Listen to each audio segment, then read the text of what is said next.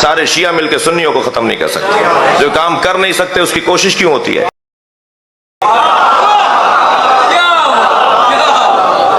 ہم سب مل کر رہیں گے، رہتے آئے ہیں، رہتے رہیں گے.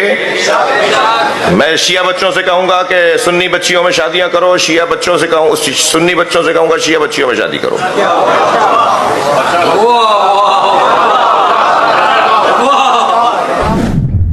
اچھا علامہ صاحب، ہمیں یہ بھی پتہ چلا ہے باوثوق ذرائع سے کہ آپ کا آدھا خاندان سنی.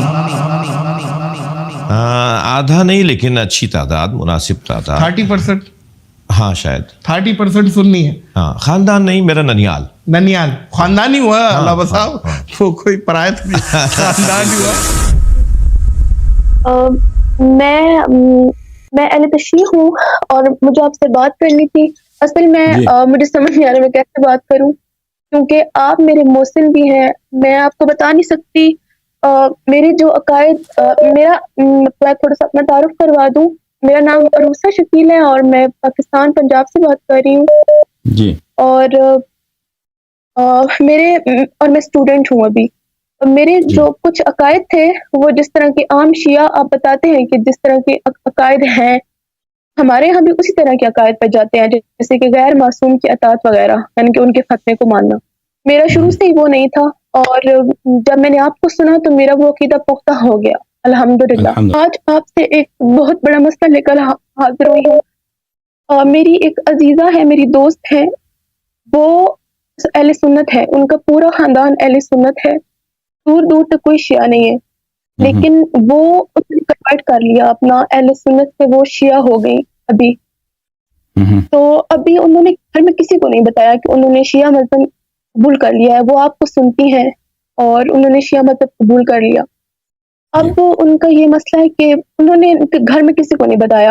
ابھی انہوں نے کچھ دن پہلے اپنے جو ان کے میں کیا بولوں جن سے ان کا رشتہ ہوا ہوا ہے ان کو بتایا ہے کہ میں مجلس پہ گئی تھی، صرف اتنا بولا. اور انہوں نے اتنا ان کو آگے سے ریئیکشن دیا کہ انہوں نے بولا کہ اگر آپ کا ایسا کوئی ارادہ ہے کنورٹ کرنے کا تو آپ بتا دیں، ہم اس کو یہیں پہ ختم کر دیتے ہیں، شیعہ کافر ہوتے ہیں وغیرہ وغیرہ. تو ابھی وہ بہت پریشان ہے. وہ کہتی ہیں کہ یعنی کہ وہ شخص ناسبی ہے. تو میں آپ سے یہ پوچھنا چاہ رہی ہوں کہ اب وہ کیا کریں، کیونکہ ہمیں تو پتہ ہے ہم شیعہ ہیں نا، ہمیں مطلب پتہ ہے کہ اگر کوئی سنی شیعہ ہوتا ہے تو اسے کتنے پرابلمس فیس کرنے پڑتے ہیں.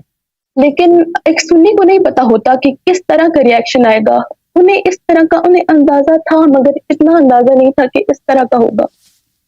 تو میں بہت پریشان ہوں. وہ کتنی عمر کتنی ہے ان کی؟ جی وہ وکیل ہیں، تقریباً ہوگی کوئی 27-28 سال.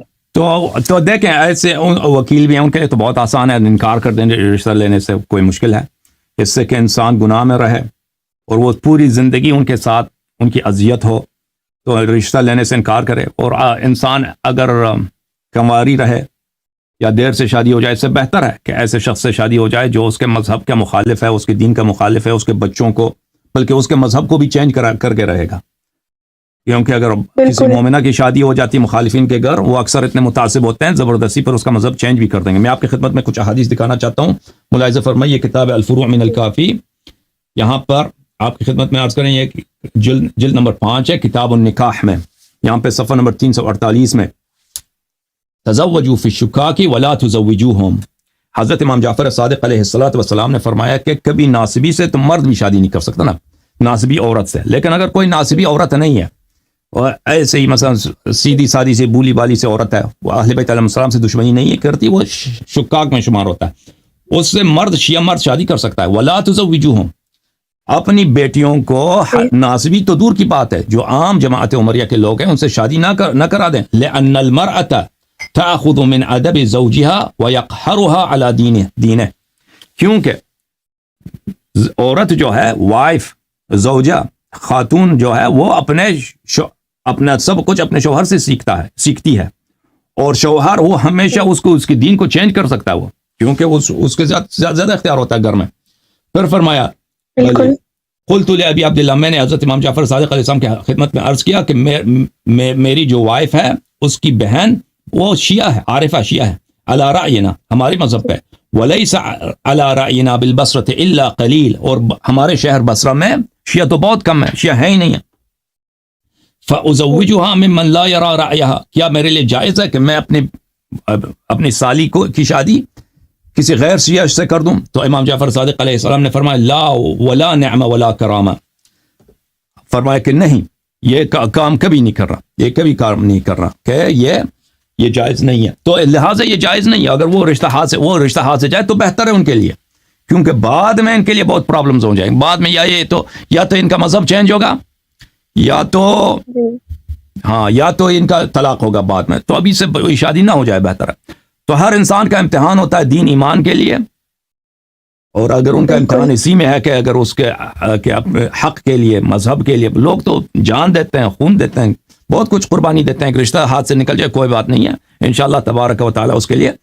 اور ہماری بہن جو ہیں وہ شیعہ بن گئی ہیں تو اس کو کہہ دیں ہم یہاں پہ اعلان کر دیں گے، تو انشاءاللہ ان کے لیے مومن کوئی رشتہ ڈھونڈ لیں گے، ٹھیک ہے نا۔